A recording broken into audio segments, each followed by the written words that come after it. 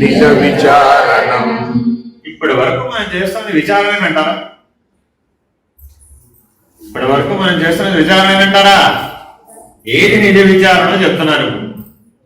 మనం ఏది మాట్లాడినా కూడా అది విచారణ అనే ధారణలో మనం మాట్లాడుతున్నాం. నువ్వు ఏది మాట్లాడినా అది విచారణ అంటానికి పనికిరాదయ్యా బాబు. అంతకుముందు ఏమన్నాడు? మనసు నష్టపోయిన తర్వాత, మనసు నాశనం అయిపోయిన తర్వాత, మనసు విలయం చెందిన తర్వాత, మనసు వినాశనం అయిపోయిన తర్వాత నీకు ఆత్మసాక్షాత్కార జ్ఞానం కలిగింది. అప్పుడు మాత్రమే నీవు తత్వదర్శనానికి అధికారిత్వాన్ని పొందేవు. త్వం అనేటటువంటి ఆత్మస్వరూపుడుగా. ఈ ఆత్మనిష్ట కలిగినటువంటి వాడికి ఒక ప్రశ్న వచ్చింది. మళ్ళా ఆత్మనిష్ట కలిగినటువంటి వాడికి ఓ ప్రశ్న వచ్చింది. ఏమిటా ప్రశ్న? మళ్ళా చదవండి. అహమయం కుతో. అక్కడ కాదు. అహమయం కుతో. నేనెవరు? ఏ విచారణ చేయమన్నారండి? నేనెవరు? ఎవరు విచారణ చేస్తాడండి? నేనెవరు? ఆత్మనిష్ఠుడైనటువంటి వాడు చేసే విచారణ నేనెవరు.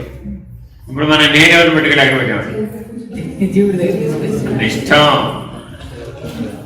అది ఎక్కడ దాకైనా పట్టుకెళ్ళిపోవచ్చు. అర్థమేంటండి?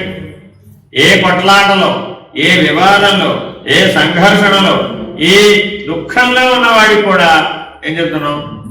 నేనెవరు ప్రశ్న ఏమవుతుంది వేసుకుంటే? అయోమయంగా ఉంటాడు వాడు. ఎదుగుతా ఎందుకని? వాడు మనసు అనే దాంట్లోంచి బయటపడలేదు, ద్వంద్వానుభూతులను నిరసించలేదు, వైరాగ్యం లేదు, ఆత్మసాక్షాత్కారం లేదు.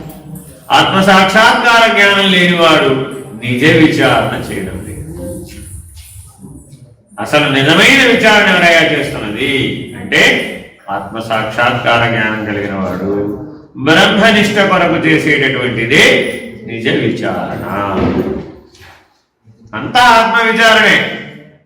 అదేనండి, గుణత్రయ పాఠం చెప్తాం, శరీరత్రయ పాఠం చెప్తాం, అవస్థాత్రయ పాఠం చెప్తాం, పంచకోశాల పాఠం చెప్తాం.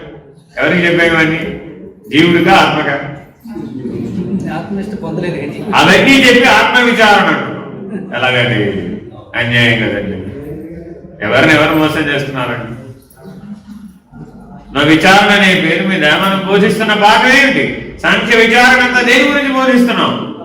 ఎంతసేపు పంచకోశాలు, అవస్థాత్రయాలు, శరీరత్రయాలు, గుణత్రయాలు, ఏవి వదలాలో, ఏవి పోగొట్టుకోవాలో వాటి గురించి చెప్పి దాన్ని ఆత్మ విచారణ అంటాం కుదరదు. నువ్వు ఏది పొందాలి? బ్రహ్మజ్ఞానం. అది తత్వదర్శనం, అది తత్వజ్ఞానం. పొందే దాని గురించి చెప్పడాన్ని విచారణ అంటారే గాని పోగొట్టుకునే దాని గురించి చెప్పేది విచారణ కాదు. నిజ విచారణం. మళ్ళీ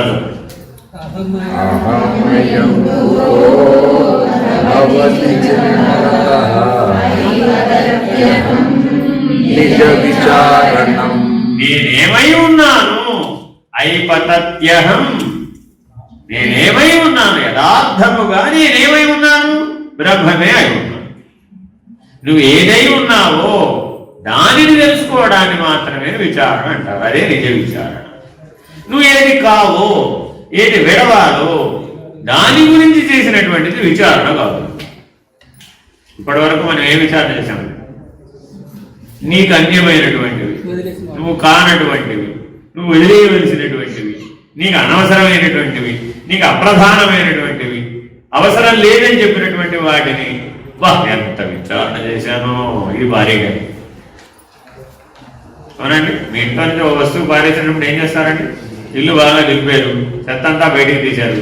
తీసిన తర్వాత మళ్ళీ ఏం చేశారు? ఏమైనా నీ బాగా విలువైన వస్తువులు పోతాయో మళ్ళా ఒకసారి చూడరా బాబు. అది కూడా విచారణే. చెత్త బయట పారేసేటప్పుడు కూడా దాన్ని బాగా విచారణ చేసే పడేసి దాన్ని నిజ విచారణ అనవచ్చా? ఎలా అంటాం? కుదరదు. కాబట్టి నీకు స్వాత్మ జ్ఞానాన్ని బ్రహ్మజ్ఞానాన్ని నిశ్చయాత్మకంగా నిరూపణ చేసేదానినే విచారణ అంటారు.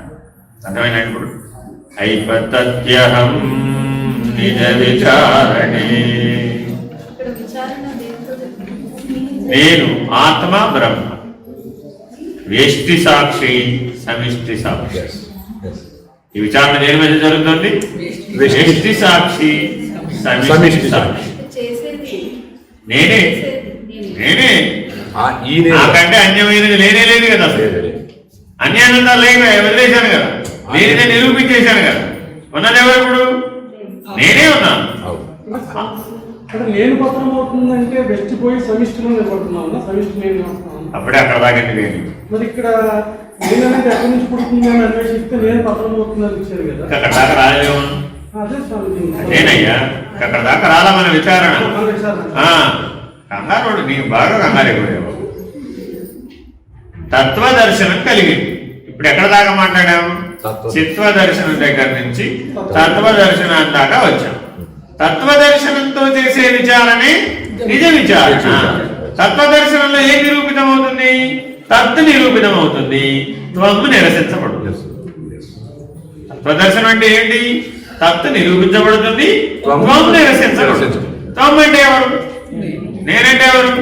ఆత్మ. తత్ అంటే ఎవరు? అది. అదంటే ఎవరు? బ్రహ్మ. ఈ ఆత్మ ఆ బ్రహ్మమే అయి ఉన్నది అని చెప్పడమే నిరసించడం. తత్వం అసలు లేదు, అప్పుడే అహం బ్రహ్మాస్మి. నీకు ఎందుకు? నీకు ఆ తొందరపాటు ఉన్నంత వరకు ఇది వర్కౌట్ అవ్వదు. బాగా గుర్తుపెట్టుకోండి, తత్వదర్శనం లేకుండా మాటల గారడైతే ఇది తేలదు. మనకు వచ్చిన చిక్కు ఒకటేనండి. భారతదేశంలో స్వామి వివేకానందను గుర్తించాడు ఈ విషయాన్ని. భారతదేశంలో అందరికీ అన్నీ తెలుసు, ఎవరికి ఏం బోధించక్కర్లేదు. కానీ ఎవరికి ఏది నిర్ధారణ కాదు. ఎందుకని? ఆచరించడు కాదు, అనుభవంగా ఉన్నది కాదు.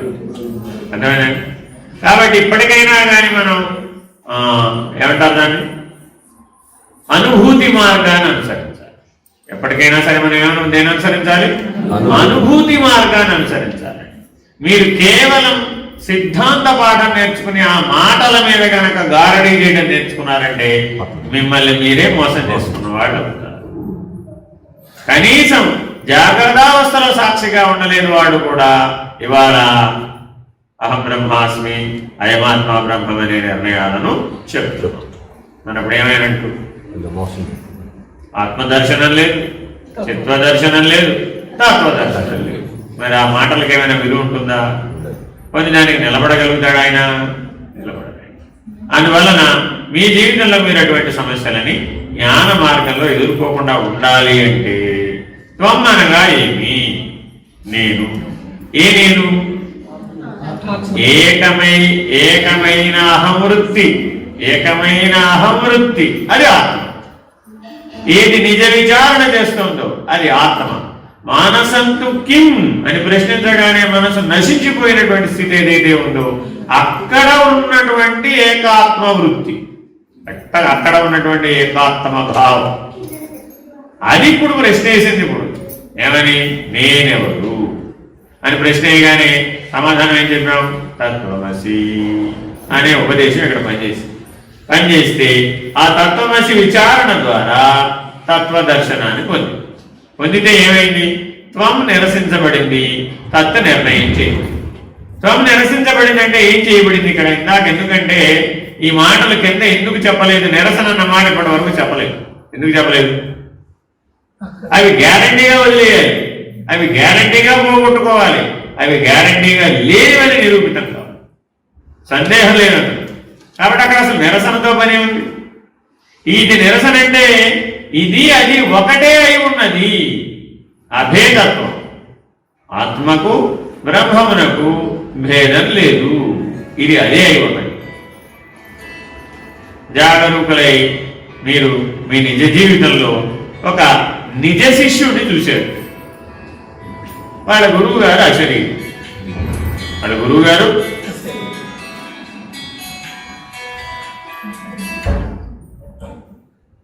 వాళ్ళ గురువు గారు అశరీరి, ఆ శిష్యుడు గారు ప్రస్తుతం ఆ పీఠంలో ఉన్నారు. ఆయన నిజ శిష్యుడు, అర్థమైందంటే ఆయన నిజ గురువు. వీరిని చూడగానే వారిని చూసినట్టే అన్నామను. అలాంటి వాళ్ళు ఉన్నారా లేదు భారతదేశంలో? బోర్డు మీద ఉన్నారు. ఎవరైనా అక్కడ పీఠంలో ఉన్న వాళ్ళని చూస్తే ఆ అశరీరి గురువు యథాతథంగా నీకు దర్శనమిచ్చినట్టే. ఎందువల్ల ఆయన ఆ నిజ గురువు బ్రహ్మము, ఈ నిజ శిష్యుడు ఆత్మ. గురువుకి శిష్యుడికి అభేదం, అలాగే ఆత్మకు బ్రహ్మకు అభేదం. నది వెళ్ళి సముద్రంలో కలిసిపోయింది. అభేదమా ఐక్యమా? నది వెళ్ళి సముద్రంలో కలిసిపోయింది. అభేదమా ఐక్యమా? ఐక్యం. ఐక్యం. అభేదమా ఐక్యమా? అభేదమా ఐక్యమా? నది సముద్రం ఒకటే కదా. రెండు ఒకటే. వేదాంతంలో మాటలు అర్థం కావాలంటే అనుభవం ఉండాలి. అనుభవం లేని వాడికి ఎప్పటికీ నిర్ణయం చేసుకునే.